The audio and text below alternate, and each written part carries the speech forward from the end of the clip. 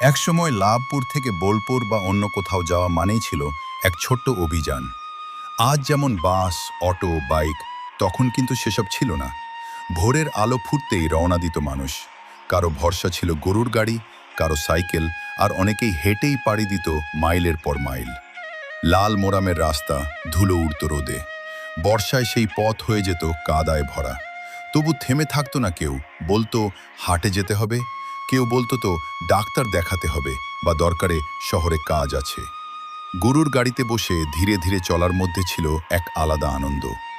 রাস্তার ধারে বড় বটগাছের নিচে একটু বিশ্রাম নিয়ে গামছা দিয়ে ঘাম মুছে আবার পথ চলা। বোলপুর পৌঁছাতে সময় লাগতো অনেক, কিন্তু মন ছিল শক্ত। ফেরার সময় সঙ্গে থাকতো বাজারের থলি আর নতুন গল্প, যা সন্ধ্যায় উঠোনে বসে সবাইকে শোনানো হতো। আজ পথ সহজ হয়েছে, সময় কম লাগে, তবু সেই কষ্টের পথ আর ধৈর্যের যাত্রা, সেটাই ছিল লাভপুরের মানুষের আসল শক্তি। আপনারা কি কেউ মাইলের পর মাইল সাইকেল বা গরু গাড়িতে করে গিয়েছেন?